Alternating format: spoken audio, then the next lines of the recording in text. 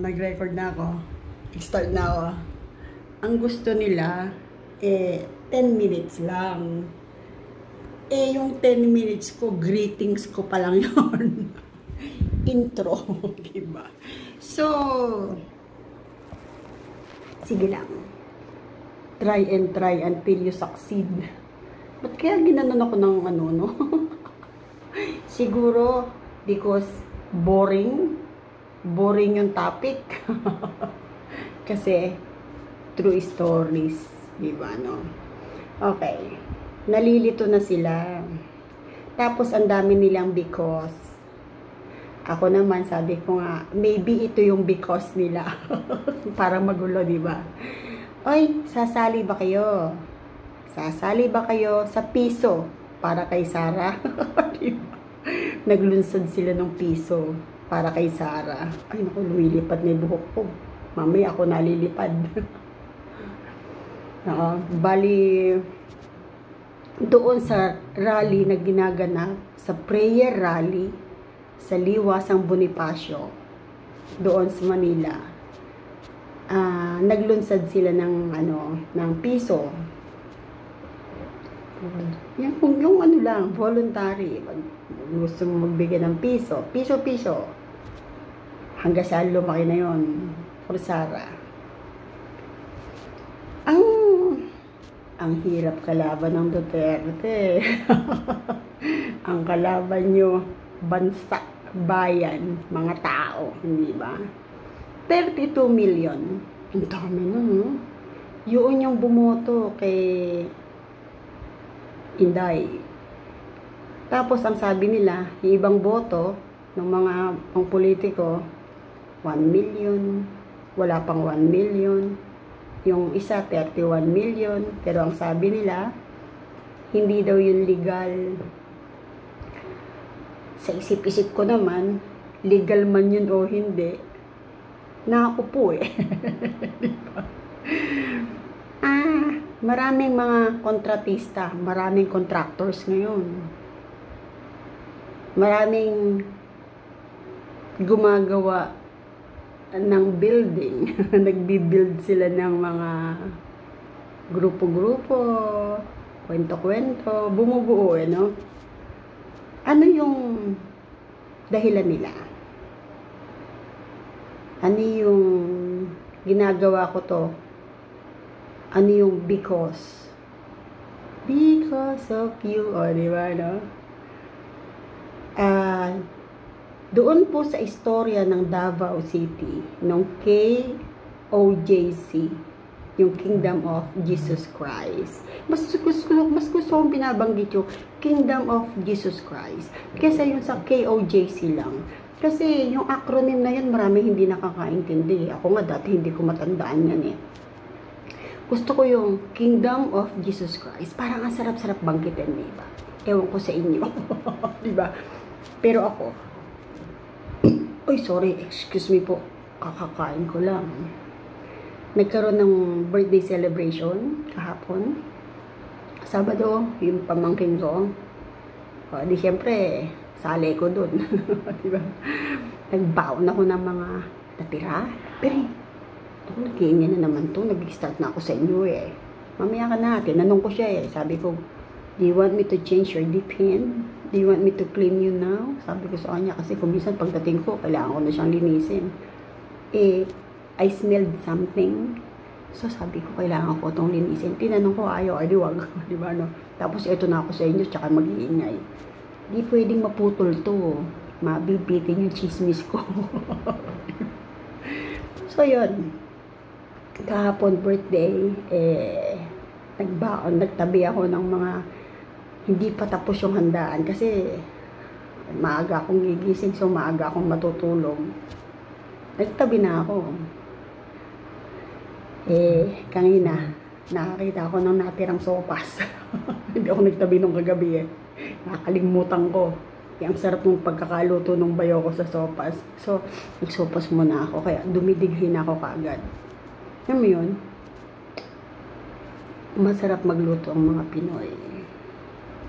Hindi ko ipagpapalit yung panlasa kong Pinoy.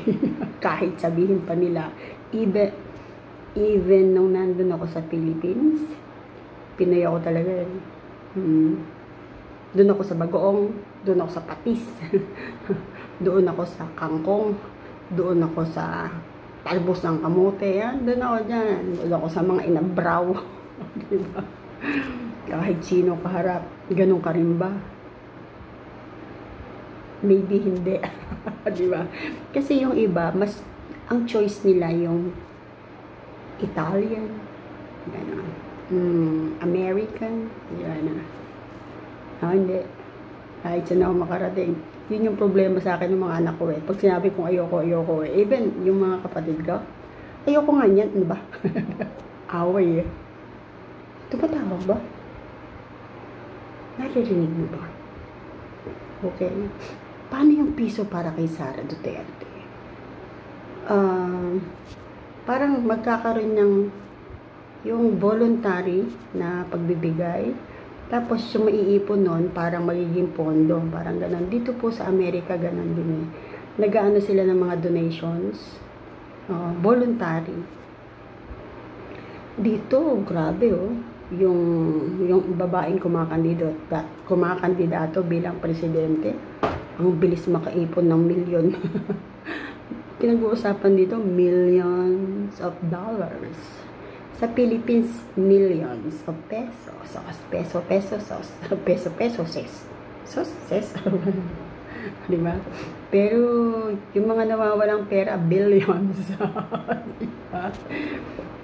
Ang ganda nung nadinig ko kahapon doon sa rally, sa prayer rally, sa Liwasang Bonifacio. Naglunsad sila ng ano ba yun? Yun nga, yung piso. Diba?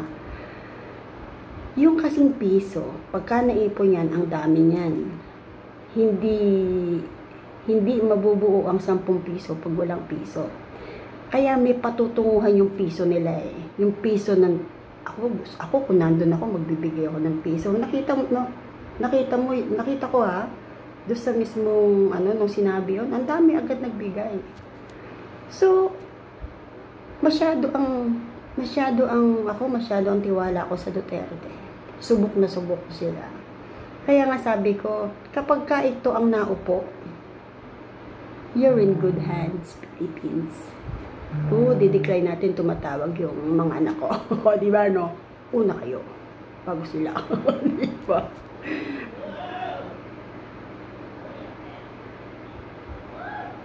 Humihiyaw. Pag naman lumabas ako, pag tinanong ko kung ano nangyari, I'm okay. O, diba, no? Tatapusin ko na muna to. Pabilisan lang tayo. Diba, no? Na-distract ako. Eh, sige, diretsuhin na natin. Kahapon, doon sa istorya, ang Kingdom of Jesus Christ, may scanner sila eh. Meron silang entrance tsaka exit lang na gate. Doon sa exit at saka sa entrance, nagwawala yung mga PNP. Bakit kailangan mag-scanner pa? Bakit yun lang daw ang entrance at saka exit door para doon sa build sa lugar mismo? Bakit kailangan nag-i-scanner? Nag-aaway silang ganon. Eh kahapon, nahuli nung mga miyembro ng Kingdom of Jesus Christ na yung PNP nagpasok ng bomba.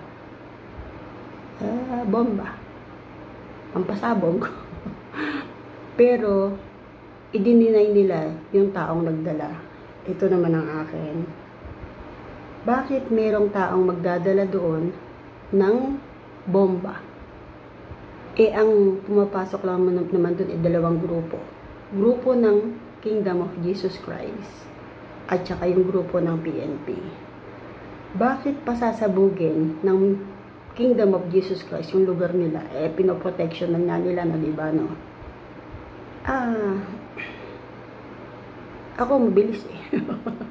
Sabi ko nga, kumisan dyan ako napapahamak eh. Yung bilis ng thinking ko, yung bilis ng iniisip ko.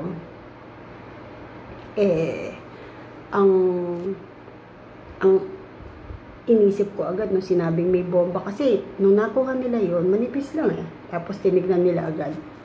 Dinideny nung kernel. Ang akin, wala namang ibang panggagalingan niya, kundi yung nanggugulo. Ikaw ang nanggugulo. Sa tingin mo, gagawa ng ekstrang kaguluhan yung ginugulo mo? Di ba? Hindi, di ba? Yung mga because nila, kaya nila ginagawa yon dahil mayroon daw utos mula sa taas, iisa lang yung binabagsakan. Yung pinakapinuno natin. Ngayon, ang sabi nila, yun daw parang isang pagkakamali. Pero alam niyo ba, pumunta na doon sa Davao, yung dalawang grupo. Yung stream media, at saka yung social media. Yung social media, kasama yan ng Davao mula umpisa Hindi pa nanunugod yung PNP, nandun na ang social media, yung mga vloggers. Ngayon, yung stream media, yun yung TV stations, GMA, ABS-CBN, nandoon, in-interview yung mga nandoon. Alam nyo bang hindi sila nag-report dito? Hindi sila nagbalita tungkol sa kanilang interview doon. Walang lumabas. Kaya ngayon, ang sinasabi talaga ng mga tao doon sa Kingdom of Jesus Christ, wala silang kakampi. Wala talaga. Wala talaga. Sino ba yung kalaban nila? Hindi ba? Politika nga yan. Ano ba yan? Di ba? Kaya yung mga reasonings ng bawat isa. Kung ano yung reason mo. Kung ano yung reasons mo. Bakit mo ginagawa yan? Marami ka ring because. Ano yung because? Maybe ito yung because mo. Because, ginagawa mo yan because ayaw mo umalis sa pwesto. Parang nandun ka sa isang lugar, ayaw mo umalis doon, pinapaalis ka. Ako po. Ito naman ako, no? Yung tinitiran ko, yung lote na nabili ko, tapos tinayon ko ng maliit kong kubo, tinayon ko ng negosyo ko, pinapalayas kaming pili. Ginugulo kami.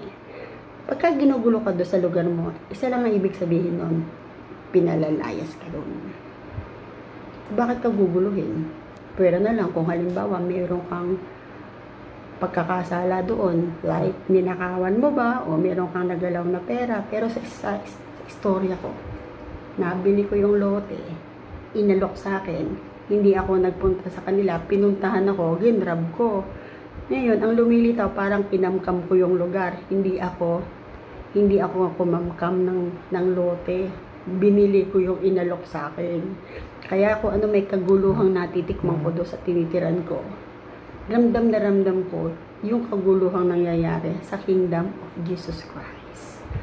Yung Kingdom of Jesus Christ, sila ay isang biktima ba sila? Oo. Because Duterte yun. Malinaw naman, di ba? Sabi ko nga, hindi ako matalino. Nagtatali-talinuhan lang. Yun lang, madaldal ako. Tsaka mahilig akong sumausaw. Di ba? Sausaw lang. Sali ka lang. Kapag ka hindi ka sumasali, doon sa nangyayari, mahuhuli ka sa balita. Kaya dapat, matalas ang tenga sa pandinig. Tapos, yung mata mabilis. Di ba, no? Ang bibilis ng mata nung miyembro yung Kingdom of Jesus Christ. Nakita nila. Ang nakakalungkot lang, yung kanilang simbahan, yung sambahan nila, ginawang opisina ng mga PNP. Ang sakit, di ba? Tapos, anniversary nila, linggo, hindi sila makapag-celebrate. Kasi, wala kinugulo sila, di ba? Because, meron daw mga utos. Sino nag-utos? Di ba? Tinitrace yun. Pero sabi ko nga sa inyo, sa isang eskwelahan, kapag ka maraming utos sa mga teacher, pagka maraming ini-implement yung mga teachers, ang binabagsakan yan, ng sisi niyan, yung principal. Yung principal muna. Tapos, yung principal, may supervisor yan. Doon na natapos yun. Super, Diyos ko nga, gulat naman ako bumagsak yung aking telepono. Ay, hindi pwede hindi ka ma-record. Ano ka ba? O, ito. Umiyaw na. Bakit ba? Ano ba naman tong... Darling, mamaya ka na. Lilinisin kita, huwag kang maglala. Tinanong ko kasi. Kasi alam ko, gaganyan na naman yan. Diba?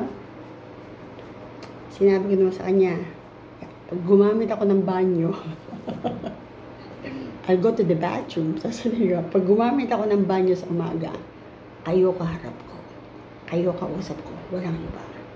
Kahit sino tumawag sa akin, basta kayo kausap ko. O, di ba, priority ko kayo? Ayos sa inyo eh. Di ba?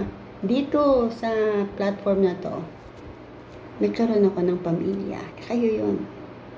Pagka nakukonsume ko, gusto ko kayong kausap. Pag masaya ko, gusto ko pa rin kayong kausap. Lahat, ano man yung conditions na meron ako, ano man yung damdamin na meron ako, emotions, basta gusto ko kayong kausap. Tapos after you, anak ko naman. Kasi bababa ako doon sa dining. Habang hinihintay ko yung pagkain in-order ko para sa pasyente ko, katsikahan ko naman yung mga anak ko. Ang dialogue ko, ano na nangyari dyan? Ano na problema dyan? Ano na ginagawa yung ganun ako? Kaya, meron ako talagang routine. Kaya pag tinanong ko siya, dapat sinabi niya, sige, clean me now. Dapat ganun. Nakandito na ako sa CR. Nagre-reklamo na naman ako. Buhay caregiver. Dapat alam niya, this is my time for myself. Because, inayos ko yun. Schedule ko yun, hindi ba? Parang, umaga, tanghali, hapon, meron kami dapat oras ng pagkain. At ako, sabi ko nga, yung oras ko ng pagkain, ginagamit ko yun sa pakikipag-usap sa inyo. Hindi nyo ba napapansin? Kung minsan kumakain ako, kausap ko kayo. Kasi yun, yung time. Hindi ko ginagamit yung time ng trabaho ko sa pakikipag-tsikahan ko o pagiging chismosa ko. Chismosa ako, ano kayo? Busog ako talaga.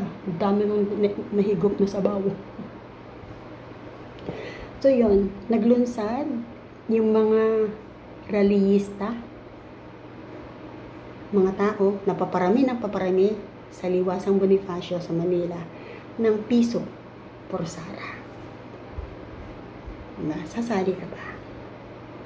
Ano yung because mo? Bakit ka sasali? Kailangan alam mo ano yung because. Ano yung dahilan mo? Hindi pwedeng wala. Parang pupunta ka sa isang birthday. Late ka nang nagpunta. Meron kang reason bakit ka late na nagpunta. O di naman kaya maaga ka nagpunta. Meron ka ring reason. I came early because, o di ba? O I came late because, o di ba, no? Because gusto ko, kaya ako dumating ng late na, gusto ko kakain lang. Kaya ako maagang dumating kasi tutulong ako sa preparations. Di ba? Ganun. Marami kang because. Ano yung because mo sa buhay? Ano yung mga dahilan mo? Diba? Walang yaka, nanunugod ka. Kaya mo ginagawa yan. I'm doing this because gusto kong saktan yung kapatid ko para lumaya siya doon sa lote. Diba? Ganun siguro gusto ng kapatid ko. No? Kaya, pero laylo siya ngayon. Pakiramdaman tayo, bro. Diba? Pakiramdaman tayo. Ano yung reasons ng bawat isa? Ano yung plano? Diba? Meron kang plano. Nagplano ko muna. Kasi, ito yung because mo. Hindi po tayo magkakaroon ng mga dahilan ng because kung wala tayong goal o wala tayong target. Yeah, ano? Parang iba yung needs sa wants.